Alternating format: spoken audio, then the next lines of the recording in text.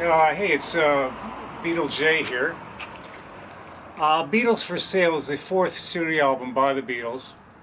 It was released on December 4th, 1964 in the UK on the Parlophone label. 8 of the album's tracks would also appear on the Capitol Records release, Beatles 1965, or Beatles 65, pardon me, which is an album that would only be issued in North America. Beatles for Sale is a departure from the kind of happy mop-top sound of previous Beatles songs, and a much darker mood with songs such as No Reply and I'm a Loser.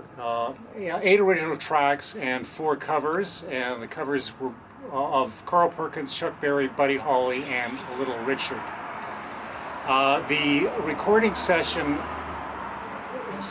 from this particular album yield the single I Feel Fine, backed by She's a Woman.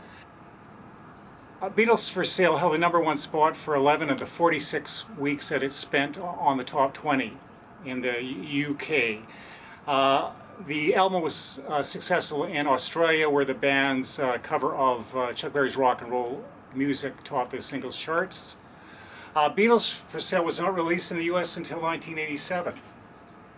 And what I have here is a mono copy, and I picked this up, it was last fall. It's got a laminated cover, and this is an actual issue from 1964. It's a gatefold album, and the photograph on the back, I've seen this before. There is, I believe, a German pressing of the Beatles' greatest hits on Odeon Records, where you see this on the front cover. And just to show you the somewhere.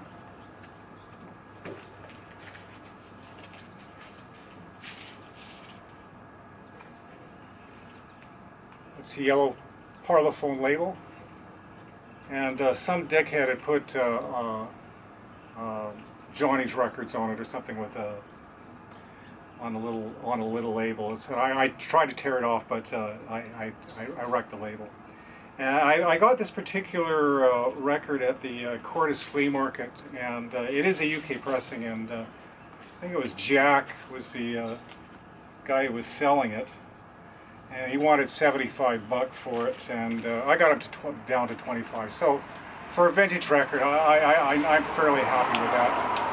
And you know, I still haven't had a chance to listen to it. I know all the tracks, but I'm going to have to spin it one day. But the vinyl's in nice shape, and that's a little bit of history of Beatles for Sale. Yeah.